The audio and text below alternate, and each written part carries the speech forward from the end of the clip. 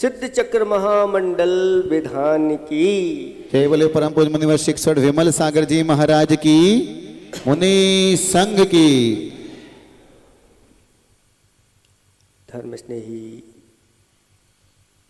भपात्माओं,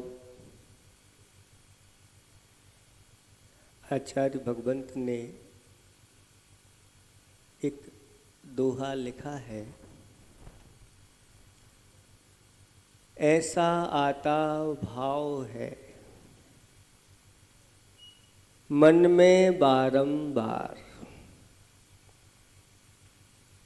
ऐसा आता भाव है मन में बारंबार, पर दुख यदि ना मिटा सका, पर दुख यदि ना मिटा सका,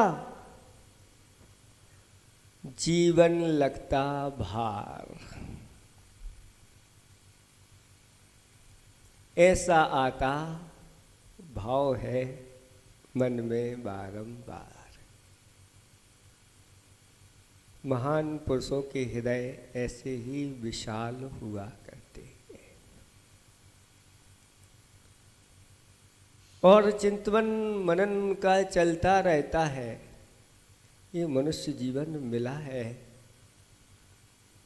और दूसरों को दुखी देख कर के उनकी पीड़ा को दूर नहीं कर पाए या दूर करने के भाव नहीं हुए, तो हमारा जीवन कैसा भार है इस पृथ्वी पर। ऐसे ही तो भावना तीर्थंकर करते हैं।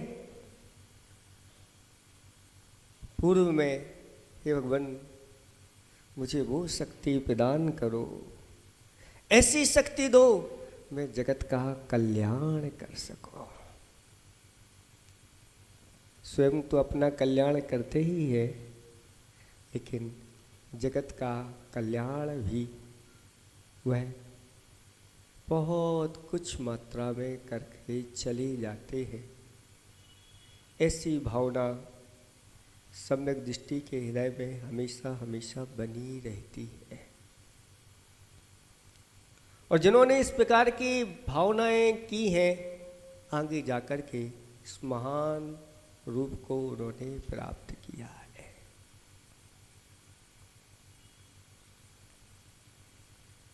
छह मित्र हैं, जिनमें एक राजपुत्र है, एक मंत्री पुत्र है, एक वैद्य पुत्र है और तीन वैश्य पुत्र हैं। और छहों मित्र हैं।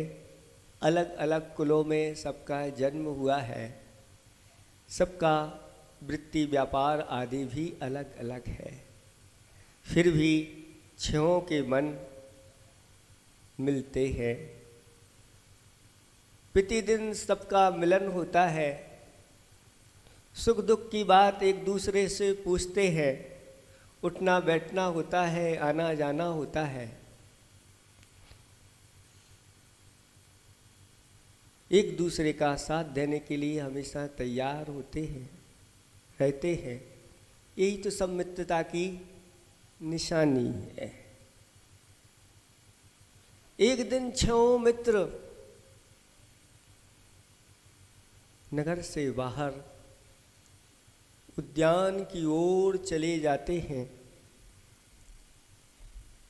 और अचानक उस दृश्य को देख कर के स्तब्ध हो जाते हैं। ओहो, ये क्या दृश्य है। एक मुनिराज ध्यानस्थ खड़े हुए हैं। शरीर में उनके महाव्याधि उत्पन्न हो गई है। कोढ़ पूरे के पूरे शरीर में, गलित कोढ़ है, सामान्य कोढ़ नहीं। और उसमें से रक्त और मवाद बह रहा है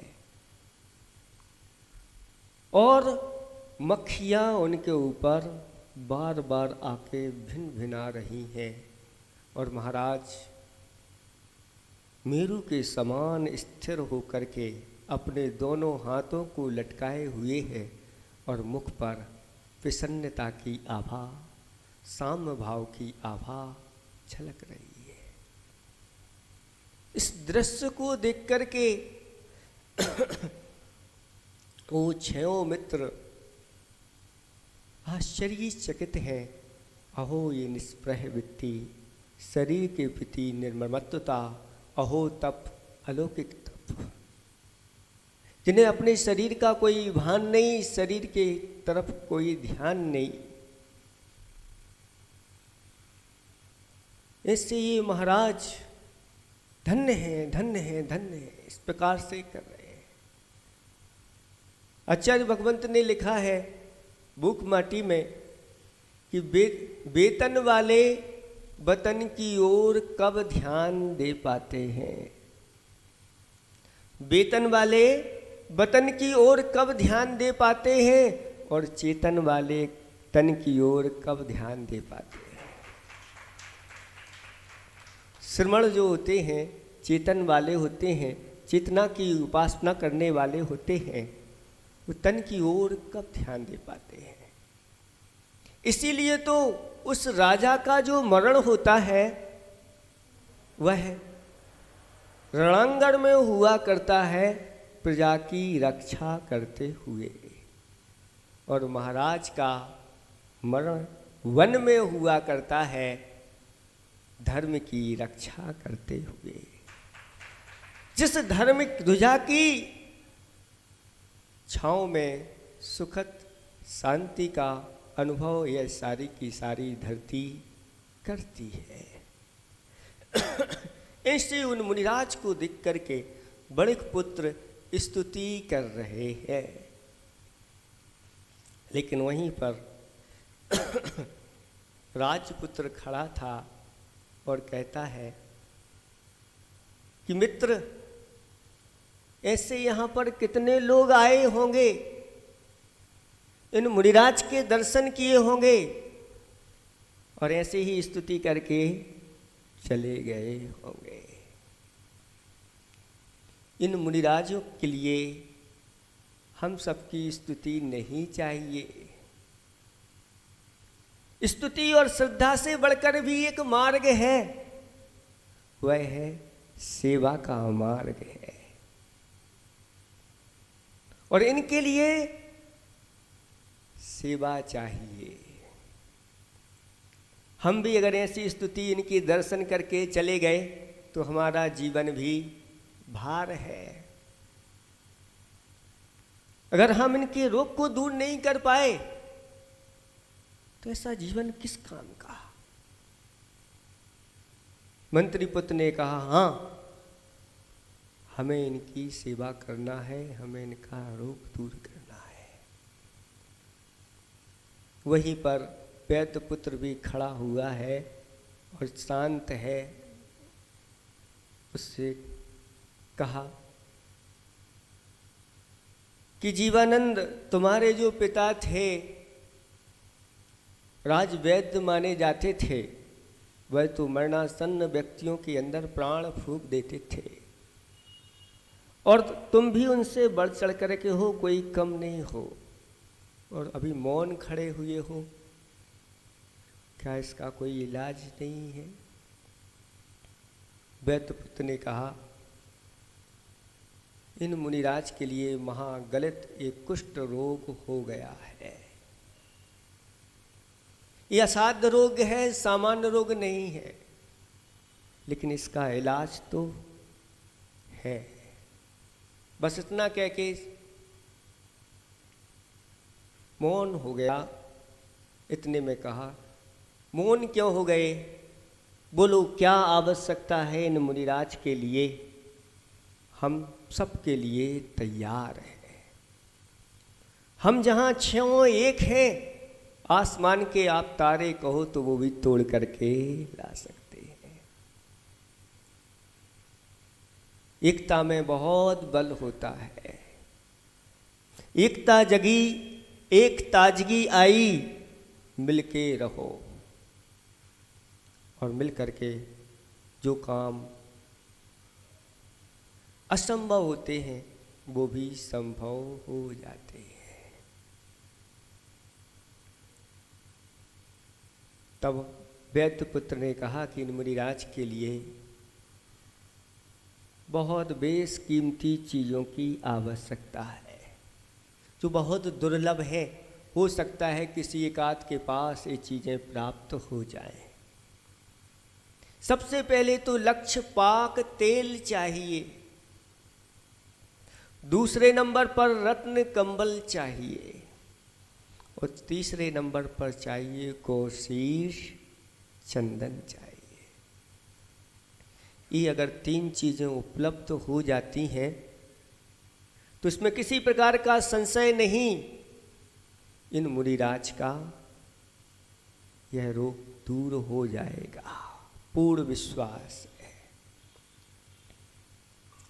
सभी ने एक ही स्वर में कहा, जहाँ भी मिलेंगी ये चीज़ हम ढूंढ करके लाएंगे।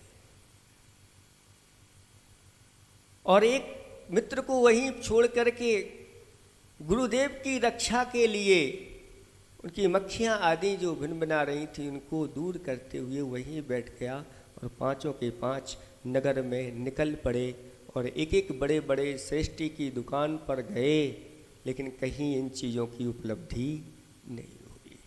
अंत में जाकर के एक बहुत वृद्ध सेठ के यहाँ पहुँच जाते हैं और 5 के 5 कहते हैं, सेठ जी क्या आपके पास ये चीज़ें हैं? इन चीज़ों का जब नाम लिया तो सेठ जी उनको ऐसे देखने लगे जैसे कोई विशेष व्यक्ति आ गए हों। उन्होंने कहा, सेठ जी ऐसे क्यों देख रहे हो, बोलो आपके पास ये चीज़ें हैं कि नहीं, और जो कीमत हो हम उनको देने के लिए, उसकी कीमत देने के लिए तैयार हैं। सेठ जी ने सोचा ये चीज़ें हमारे पास तो हैं, लेकिन अभी इन्हें कुछ कीमत पता नहीं है। कीमत अगर बता दी तो क्या ले पाएंगे? और कह दिया सेठ ने, ये चीज़ें हमारे पास हैं, बोलो एक एक चीज़ का क्या मूल्य है? सेठ जी ने कहा, क्या तुम जानते हो ये एक रत्न कंबल की कीमत है 1,00,000 स्वर्ण मुद्राएं।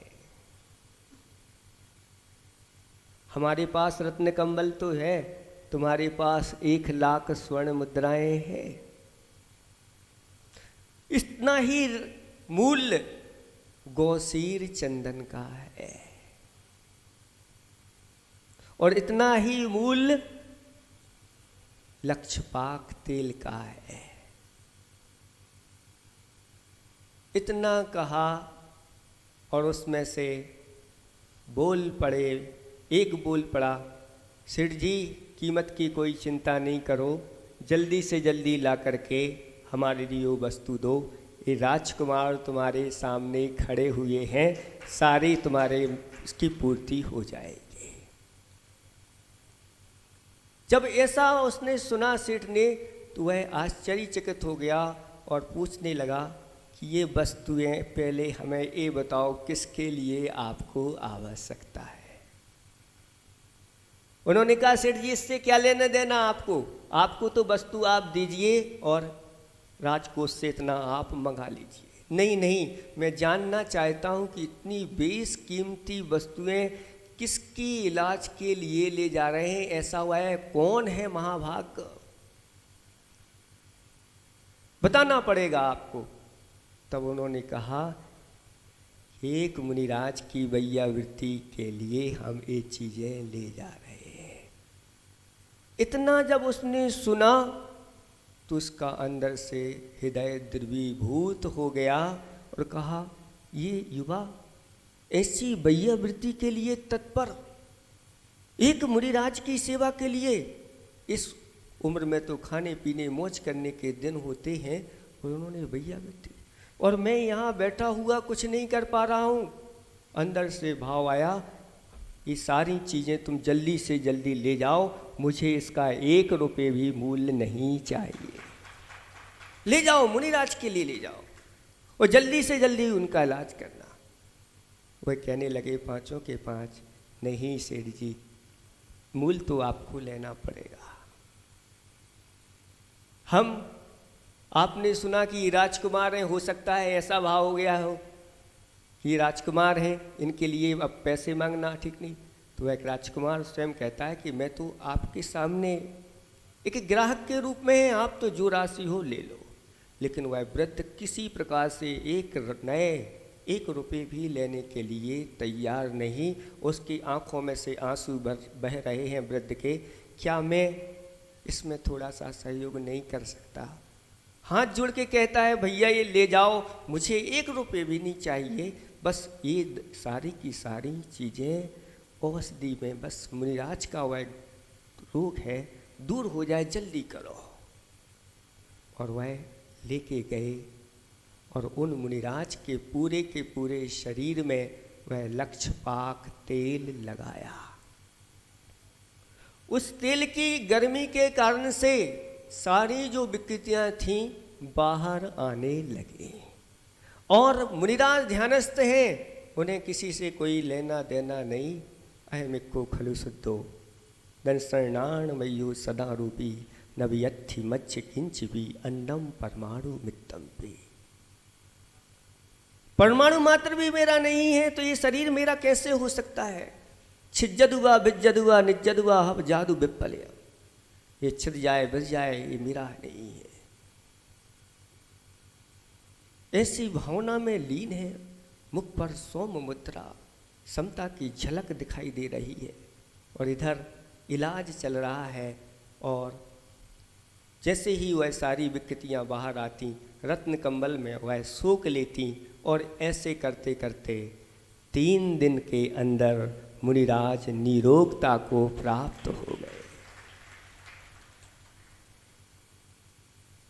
पर की पीड़ा अपनी करुणा की परीक्षा लेती।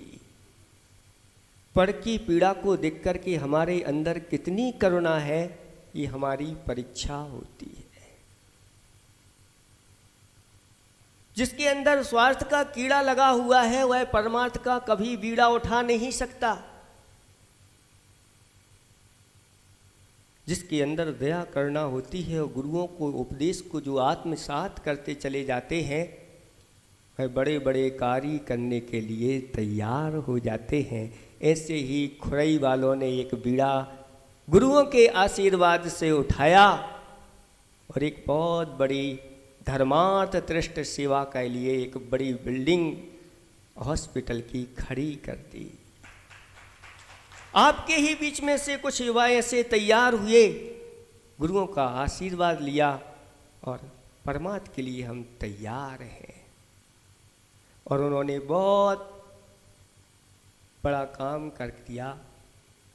5 वर्ष पूर्व में हम 15 में आए थे और एक 21 है ना, 6वां वर्ष प्रारंभ हो गया और उन्होंने एक हाथी तैयार कर दिया, मात्र पूंछ बची हुई है। कहते हैं ना, बस हाथी निकल गया, पूंछ रह गई। और ये काम परमार्थ के लिए कर दिया, अपने लिए नहीं। अपने लिए तो सभी जीते हैं, लेकिन अगर परोपकार के लिए जिए तो कहना गया है, गिरते हुए को संभाले वह सहारा है, डूबते हुए को उबारे वह किनारा है। सुख में सभी साथ में लिपटे रहते हैं, दुख में जो साथ दे वह हमारा है। दुख में जो साथ दे वह हमारा है, उसकी पहचान हो जाती है। ऐसे एक परमार्थ त्रिष्ट की स्थापना खुरई वालों ने एक संकल्प लिया और किया, और वह जल्दी से जल्दी आप सबकी भावनाओं के माध्यम से हुआ है तैयार। किसी एक व्यक्ति ने नहीं कर दिया, करने वाले तो आगे आ गए, लेकिन सहयोग सभी का हुआ। सबके सहयोग से आज वहाँ तक पहुँच गए। कल हमारे पास आए थे, महाराज मात्र इतना रह गया है, ये और अगर हो गया बहुत जल्दी हम संयोजना में जुटे हुए हैं अच्छे अच्छे डॉक्टरों की, और वह डॉक्टर अगर हमने उपलब्ध करा दिए तो हम यहाँ पर इस प्रकार की सेवा देंगे जो सबके अनुकूल हो। इतना तो कर लिया, लेकिन हमारा इनसे एक भी कहना है, साथ साथ में अपन को वृत्ति और महावृत्तियों का भी ध्यान रखना है। कहते हैं करोड़ों लोगों की इलाज करना एक तरफ रख दो, और एक मुनिराज की सेवा करना एक तरफ रख दो।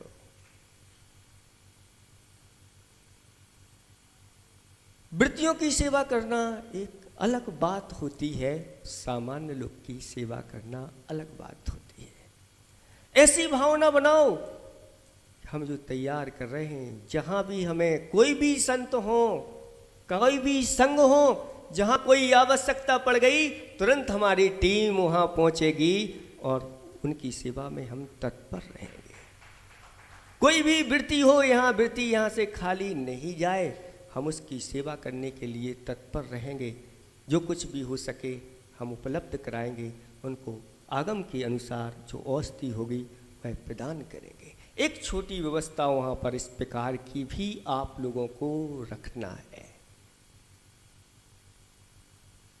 आगे जाकर के यही छहों मित्र आपको पता होगा, जब उन मुनिराज का उन्होंने ऐसा रोग दूर किया, ऐसा पुण्य संचय, ऐसा बीज उन्होंने बो लिया, आगे जाकर के यह भविष्य में क्या हुए, जो कल जिनका आपने मस्त का अभिषेक किया था, आदिनाथ भगवान के रूप में वह एक बने। भरत के रूप में एक जीव भरत का रूप बना, भरत बना, और यहाँ पर जो खड़े हुए बाहुबली भगवान हैं, उनमें से एक बाहुबली बना, एक श्रेयांश राजा बना, और एक ब्राह्मी और सुंदरी, ऐसे ये जीव आगे जाकर के बने। ये सब किसका परिणाम है? तो ये सब सेवा वैया वृत्ति का परिणाम है।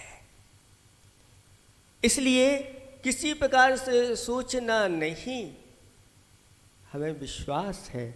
जब जब खुरई वालों के सामने कोई बात रखी, पिछले ही वर्ष हम यहाँ पर थे और बड़े बाबा के यहाँ पर आदिनाथ भगवान के बड़े दादा के दर्शन किए, और उस दिन आदिनाथ भगवान की जयंती थी, और उनके दर्शन करते ही मन में इस प्रकार के भाव आए कि हमारे आदिनाथ भगवान बहुत अच्छे वेदी पर विराजमान हो। जैसे छपारा की वेदी प्रसिद्ध है, सभी जगह जानते हैं कि छपारा में लोगों ने चांदी की वेदी बना करके उनके आराध्य देव बहुत अत्यंत प्राचीन महावीर भगवान की मूर्ति, जो अतिशयकारी मूर्ति है, उनको ऐसा स्थान दिया। ऐसे ही खुरई वाले भी प्रसिद्ध हो जाएं, और उस समय बात रखी, लोगों ने बड़ी उदारता के साथ स्वीकार किया। इसमें किसी प्रकार का कोई संशय नहीं है। ऐसे ही कल जब गौशाला की बात आई तो गौशाला के लिए भी ये समर्पित हो गए। ऐसे ही हॉस्पिटल की बात के लिए आप लोगों को अच्छी तरह से, लो ये लगा हुआ है ढेर, यहाँ आप तो चालू करो, होना चाहिए। साथ साथ में एक बहुत बड़ा काम जिसको मूल उद्देश्य बनाया है आनंद धाम का, हमें पूरा विश्वास है। आप चिंता नहीं करना, थोड़ी से आप लोग देर भली हो रही है, देरी हो रही है, सबको आकुलता है अंदर से, हो क्या रहा है, आकर हो जाए जल्दी से जल्दी। थोड़ा धैर्य रखो, आप लोग और भक्ति करो और बढ़ाओ, बहुत जल्दी आपके लिए वह भी निर्णय सुनने में आ जाएगा आनंद धाम का। आप बस अपनी भक्ति दिखाते चले जाओ, क्योंकि एक जीवन क्या 100 जीवन गुरुवर तुम्हें एक जीवन नहीं 100 जीवन समर्पित हैं गुरुदेव के लिए। इसलिए सब लोग अच्छी तरह से इस सेवा के मार्ग में आप लोगों को आगे बढ़ना है। हमारे आचार्य भगवंतों ने सप्त स्थान बताए दान के, ये तो बताई है, लेकिन साथ साथ में करुणा दान, औषधि दान, ज्ञान दान, विद्या दान आदि आदि ये प्रसिद्ध हैं। यश बड़े बड़े सेठों का यश है कि इन्होंने इतने एकड़ जमीन विद्यालय के लिए दी, इतने एकड़ जमीन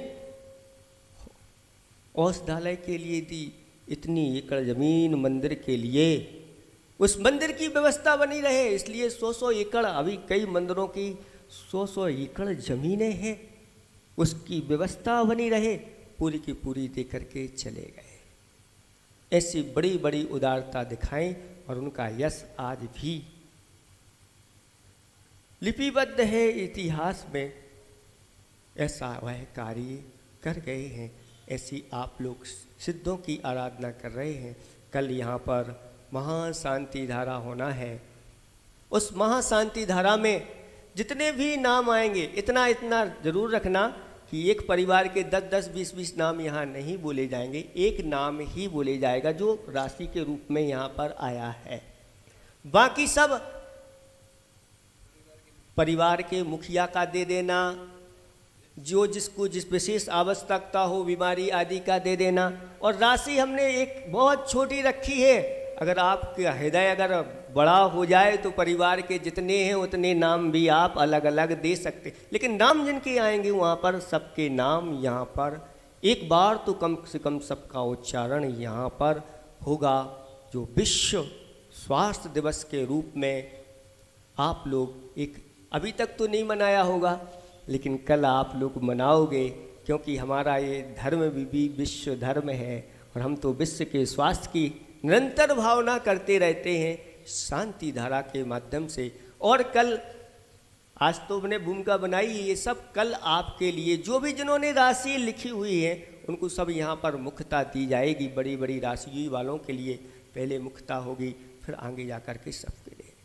और ये आपका 256 मंडलीय विधान हो रहा है। इस 256 मंडल में भी प्रत्येक जो मंडल पर बैठा है इतना आप कर रहे हो, इतनी अभी तो ये द्रव्य बहुत कम है, आज 256 है, कल 512 चढ़ेंगे तो इतना ढेर फिर लग जाएगा। और जब 1024 अर्घ चढ़ेंगे तो यहाँ पर एक बहुत बड़ी राशि चढ़ा करके आप लोग सेपरेट आपके लिए कलश और यहाँ पर यंत्र सब मिला हुआ है। एक एक मंडल की स्वामिनी बन करके आप बैठे हैं और आप सब स्वामी बन करके बैठे हैं और ये विधान आप कर रहे हो।